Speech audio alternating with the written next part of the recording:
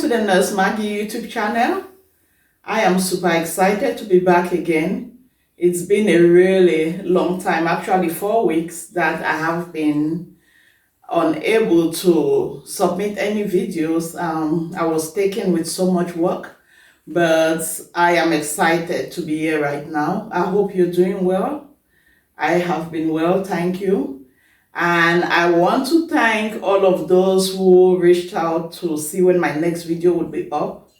I appreciate that concern, and I promise you I have good content and I would continue to do it with the intentions of educating others as much as I have learned and as I continue to learn from others as well. So the last video we did was on Tramadol. I consider that video to be something like a whistleblower, just a video to bring to our attention the fact that we do have a serious problem arising in Cameroon in the southwest region. And when I say the southwest region, I would like to think it's the same thing with the northwest region. These areas have been quiet for long. For decades. Since I was a child, we have always considered these places to be safe havens when it comes to drug use and extreme violence, character, and behavior. It is true that for years we have had some people who have been using marijuana, but these people are usually a handful, and in sorts of ostracized. They are not considered as a mainstream youth population, and usually their case is closed. But with what I'm seeing right now for the 2.5 years I lived in Cameroon of late, I can see that this problem is expanding and it's becoming bigger, because when it starts going from dropouts, it starts going from the the outskirts, or with a handful of rough guys doing these things, and it starts getting to the city center and in schools, then it becomes really, really serious. And in this case, we're talking about Tramadol. That is a specific drug, Tramadol, that I got hint of its expansive use in school arenas. So with that being said, when I did the video last time, a few days later, I saw on the Pigeon News, which we watch very frequently here, that 10,000 packs of Tramadol had been caught at Ekok. That is a bordering town from Nigeria, coming into the southwest, the Manfi area. So with that news, I felt like I did not do justice to give enough information to be able to help parents as well as children. I did address children in that video, but I left out parental guidance. I felt like I did not give enough help to the parents to be able to handle these situations, or enough information to be proactive. So I decided to come back and do another video, a follow-up on that. So what is Tramadol? Tramadol, the other name of Tramadol would be Ultram. And this is a low grade, it is a low potency pain medication. Okay, while there are opioids that are classified maybe in the second class, grade 2, level 2 opioids, Tramadol is classified as a level 4 pain management medication. So it is not as potent as other pain medications, but with extensive use of Tramadol, it becomes addictive, just like any other pain medication. Okay, so just because it's not as potent, I don't want us to minimize its effect. So with tramadol, it works in the same way. Its components, it still binds. It binds to the opioid receptors in our brains. And when this happens, it gives the person using it a sense of relaxation. It gives them a sense of euphoria. They feel as if they're happy. They feel as if everything is going smoothly, even if they are in the midst of a storm. And it is not very pronounced as other opioids, as I've said, but still, with extensive use, it has those effects to become addictive. And with the use of tramadol, the youths, some of the youths of which I got wind that were using it, they were also heavy drinkers. And this is common with drug abuse. People who drink, who abuse drugs, usually find themselves doing polysubstance abuse. So on the one hand, you have tramadol, which is kind of considered mild, combined with alcohol, beer, gin, whiskey, whatever that alcohol substance is, to increase its potency. So, and this is what I observed, again, with those that I got wind of their usage of tramadol. And even if they were just using tramadol on its own, not combining it with any drug use, the path, it is important to have an understanding of the path of substance abuse. Substance abuse begins usually with a tiny bit, which is a trial dose, a tiny bit. If you are somebody who consumes alcohol, okay, for example, if you can remember the first day you took your first bottle of beer, how did you feel? And a year after that first bottle, how much tolerance did you develop? How much tolerance did you build to be able to go from a first bottle that made you woozy, and a year later, 2 years later, you're down to 6 bottles, 8 bottles. You can drink 10 bottles. Some people say, I drink like a fish. They drink and nothing happens. Why is that? Because with every substance abuse path, it starts with a little bit, and the person, that individual, develops tolerance. They develop tolerance to be able to use more and more. So that is why we call things like marijuana, we call things like tramadol, gateway drugs. Gateway because it is a starting point. You're getting your feet wet. Okay, so they get their feet wet. They use the tramadol. The first day is like, you know, all happy, all gay. And then months later, maybe tramadol comes in 50 milligrams to 300 milligrams. Maybe the first time they tried it, it was a 100 milligram. After a month of having those effects, they decide to increase the dosage to a 200 milligram. Eventually, they get to a 300 milligram tablet. And with time, they build tolerance. They're no longer getting as much euphoric feeling as they used to have. Now they start adding alcohol to it. They start adding other opioids to it. Maybe they start adding inhalants to it. And that is how people become drug abusers. Because when you get to a certain level of drug abuse, some people would abuse anything. If they cannot lay their hands on opioids, they don't have alcohol, they will look for inhalants. They would even have seen patients that used to drink hand sanitizer, alcoholics, okay, in the hospital, and they would just go in the hallway, any medication cart, grab a bottle of hand sanitizer, hide it, and they go and use it. Why? Because it is an addiction. At that point, they're experiencing all the withdrawal symptoms, and it is very uneasy, it is uncomfortable, it is painful, they're aching, and it's just like the whole world is dark, and they would use anything.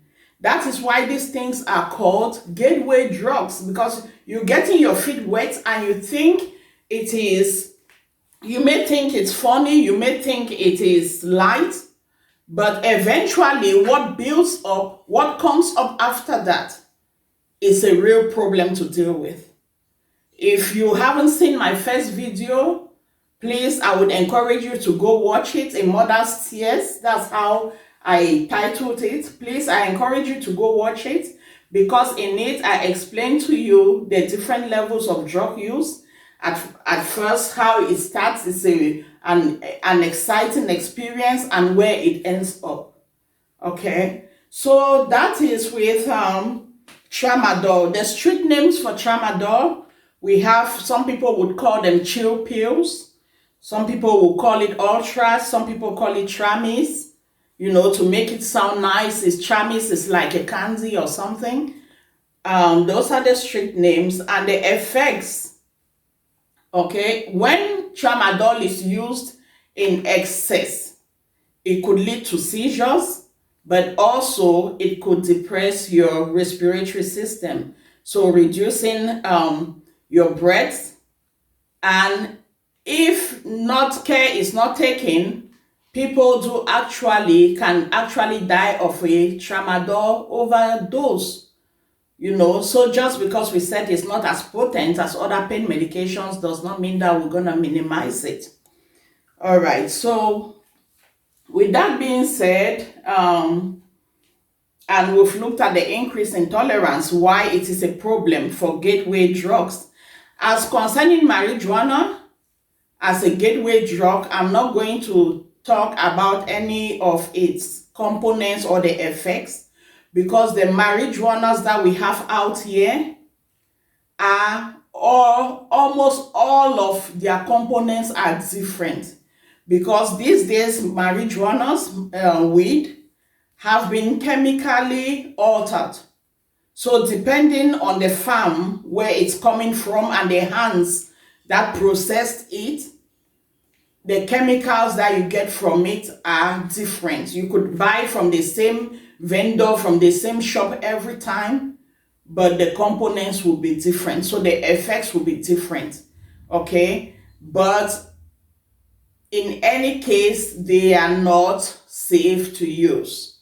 They are not. They are gateway drugs, and tolerance is going to build, and it's going to follow the same path of going to polysubstance abuse, because we're seeking for that level of euphoria, we're seeking for that level of high, we're seeking for that level of numbness, to numb our system so that we're not feeling anything that is going on around us. Okay, so there are certain things that parents can do to be able to reduce the likelihood of potential child drug abuse. When I say child, I mean grown-up child. There is a certain age where, okay, let me go to the start. The Bible says that train up a child in the way it should go, and when it is old, it will not depart from it. That is the first thing we have to take into consideration when we talk about drugs. Okay, we have biological, we have genetic components that influence the probabilities of a child using drugs. I'm not going to get into that. It is detailed. Some of these things we cannot help it, because the parents had already used it during pregnancy or before pregnancy, during pregnancy, after pregnancy, during breastfeeding, after pregnancy, where the child was growing up, there was a lot of incidence and availability of these drugs in their environment. So those things, as a child, especially when it comes to the genetics, there is not much you can do about it when it has already happened. But for you parents, if truly, I don't know how to say it, I don't know how to overemphasize it. If you're an adult to an age of being able to copulate, get pregnant, have children, I think you have a clear understanding of the impacts and the effects of you abusing drugs and alcohol on your offspring. So it's not like you don't have understanding of it. You do, but you're just being selfish. You're selfish.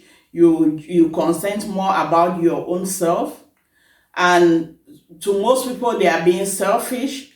But if you, as a teenager, if you started this habit as a teenager and you've not been able to break free from it, please do continue to seek help, because you know definitely that that habit is affecting people around you. It could be your nieces and nephews. It could be other people that are around you, could be looking up to you as an example, but now you setting the wrong example and they are following in your footsteps still.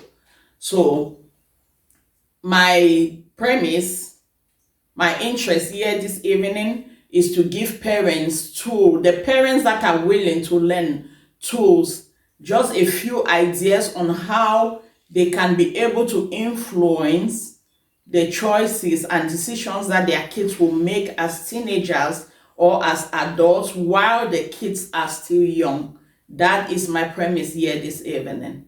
So let's look at a few factors, things that we can do to be able to help this situation. As I said, when you're training a child, usually by the age of 10, 11, 12, most of the character of children are already set. Most of the characters are already set for most children. That is why you see that in some churches they do not baptize children before they get to 12, because they consider 12 to be that age where the children are able now to start using some of their own understanding, making decisions for themselves and stuff like that. But before that age, we are able to lay a groundwork. The person that raises up a child to that age, the manner in which you raise up a child to that age, the things you instruct them to do and not to do to that age are fundamental. They are vital. They are so important that it is a groundwork. It is a groundwork. So if you are a parent who has children before this age, if you are a parent who has children or who is planning to have kids and you don't have them yet, this information is very important for you. So let's go to the very first point. I'm happy to have a board. Okay, so I said proactive measures to reduce the incidence, probability of drug abuse in teenage and adulthood. It's a probability. Okay, so the very first one, the first point I came up with would be love and dependence. The amount of love we give to our children and the dependency of our relationship with the kids is very important. It's a very important groundwork on how their lives vis-a-vis drug abuse during the teenage years and adulthood is going to look like, is going to be. Okay, because what happens with drug abuse has a lot to do with vulnerability. A lot of children, I'm not, there are exceptions to every case. So please, when I'm talking, Don't think of this uncle who raised their child so closely, or this auntie that was always there for their child, and at the end the child strayed. There are always exceptions to every rule.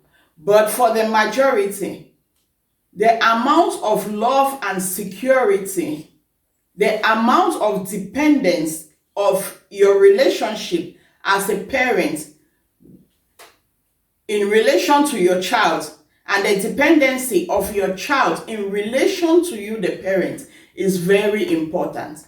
Most children who grow up and stray into drug abuse at their early teen years are usually kids that feel lonely. They are usually kids that feel unwanted. They are usually kids that are looking for validation. And because of this emptiness, because of this void, they go to seek it in their friends. So when they go out, even though you have instructed them not to smoke, not to use drugs, do not.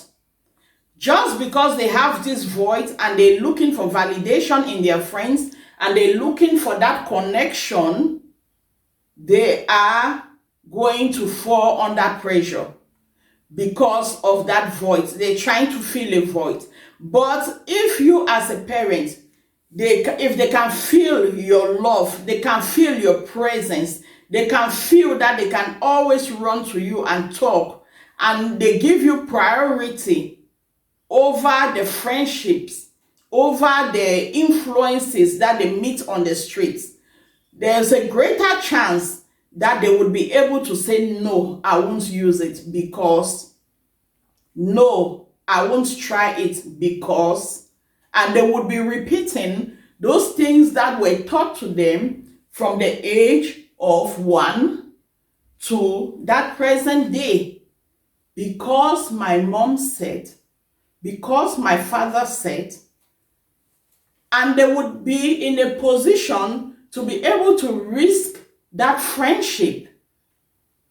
After all, they have their mother standing for them, they have their father standing for them, they have their parents standing for them, they have their uncles engulfing them, they have their grandma, they have their grandpa engulfing them with so much love, with so much dependence, with so much open arms. We're right here, we're ready to support you. If you're feeling lonely, you can talk to us, you can hang out with us, you can do things with us.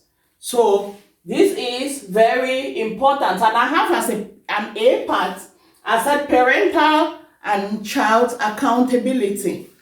As a parent, are you accountable to your child? If you're not accountable to your child, you need to start practicing accountability with your child. I have a 9-year-old right now.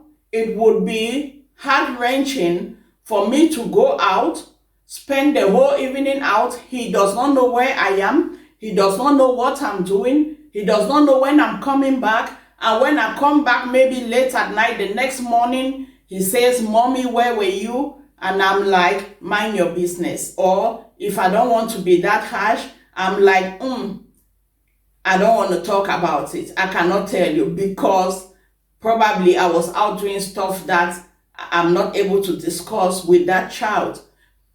Parental and child accountability. Accountability is not just about the child. If you're going to want your child at the teenage age to come and give you an account of their friends, to come and give you an account of their street activities, to come and give you an account of their activities, even in class, you must have built that culture. You must have built that relationship of giving accounts. And then it's going to work in their teenage years as well as when they are adults. So let's go to the second point. The second point I have to be able to help parents is religious upbringing. This is very important, and I'm not talking about telling your children go to church. And I'm not talking about taking them in your car, going to drop them at the church. I'm talking about instructing them in the ways of God, instructing them in the ways of the Bible. Okay? God says this, the Bible says this, and these are the effects. Truly, if you use the Bible to instruct your child and you show them the pros and the cons of that instruction, as they grow up, they would be able to understand, not just, I for one, I'm somebody that I understand before I obey. So, as I was saying, it is very important that when we instruct a child, we give them constructive criticism, or we just educate or instruct them, we should be able to give them pros and cons and form a discussion about that instruction. I think it works better than just saying don't. So that would be for religious upbringing. And do not forget, your actions speak louder than your words.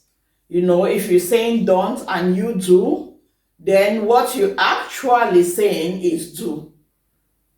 So our actions carry more weight than the words we speak. And that is, they copy from the actions, they do not copy from the words you speak as a parent. So we'll go to the next point. The third point is encourage and foster great use of time. Encourage and foster great use of time is so important. Sometimes this drug abuse, characters, and addictions in general stem out of boredom. They stem out of being idle. We have this saying, we say an idle mind is the devil's workshop. That is so true.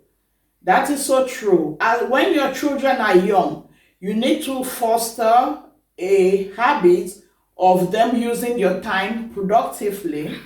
You know, reading, they could be reading, they could be out playing, they could be, there are lots of things we could be doing. When we were young, we used to climb trees, we would race with tires, we would race around poles, a lot of things that don't even give us the energy nor the time to focus on all these negative influences that were around us, but oblivion. So it is very important to teach a child how to use their time properly when they get up and they have all the house chores. At what time do the house chores finish? It is holiday time. They have 3 months. What are they doing with their time? If you let your children be idle, it is dangerous. They would pick up these bad habits. They would get into these discussions with other idle kids and they would follow the trend. So, but when we have taught them that is 3 months holiday time, it is 2 weeks holiday time, don't be idle. There are still things you can do that are pleasurable and productive and would enrich your life, like maybe learn how to swim, maybe go play football every evening with your friends, every afternoon. It is okay. It is something that is productive, it is healthy, and it occupies their time wisely. It gives them a euphoric feeling from a good perspective, from a good activity, instead of leaving them idle here and idle with their hands and totally bored, and then they start looking to get into these pathways of addictions. Encourage good and inspiring friendships. I know that sometimes families growing up have encouraged friendships for the sake of marriages. You know, I have a son, you have a daughter, they're about in the same age grade and stuff like that, and we try even from that early age to start ushering in friendships between them, hoping that something will stem out from it. We can do this when it comes to setting life goals and helping our children not to stray and make bad friendships. Okay? They say, show me your friend and I will tell you who you are. If you let your children hang around people that are not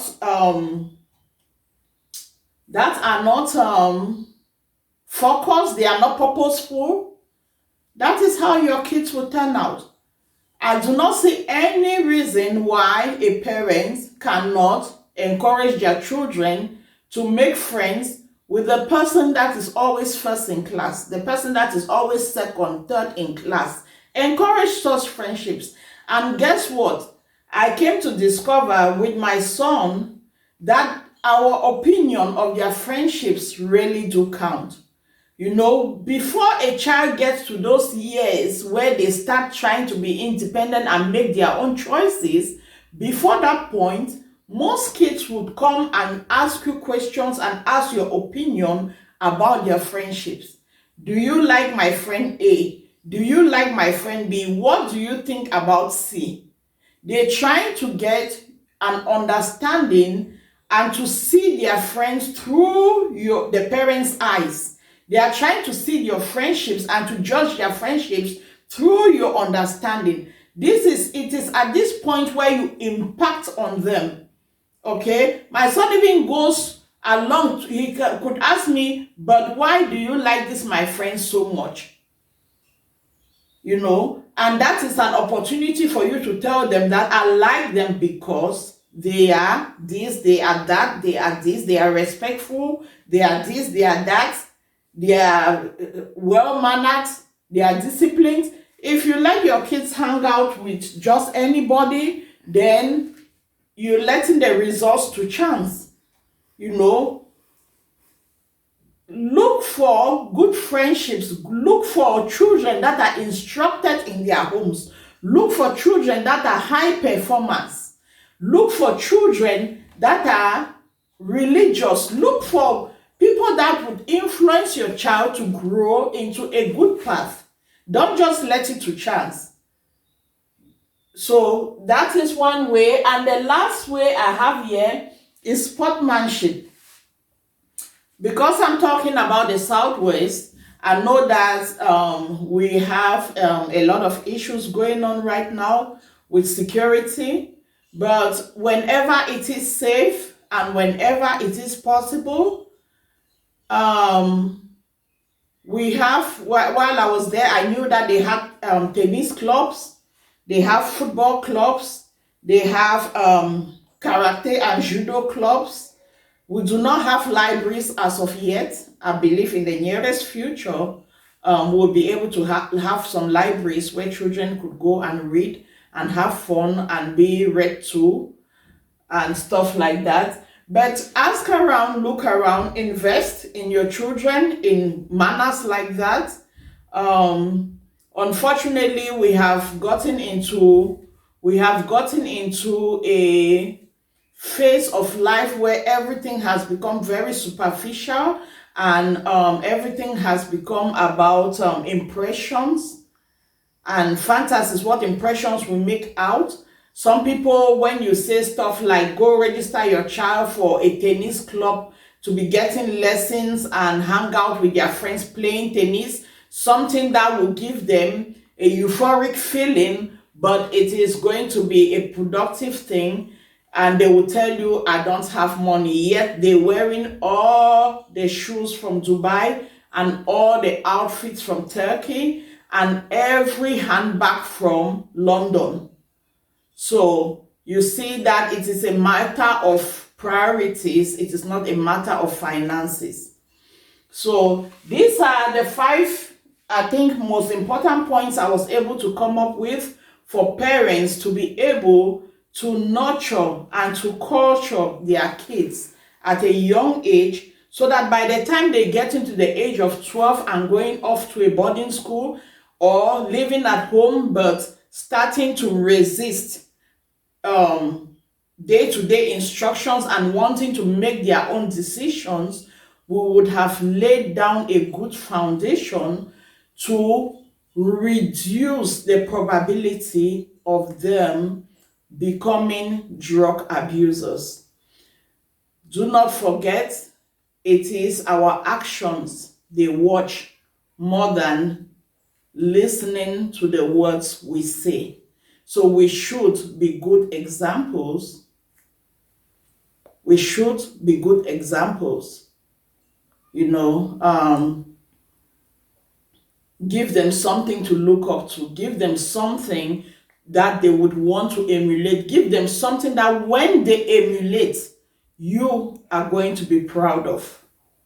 So with that being said, if you haven't subscribed to my channel, please do.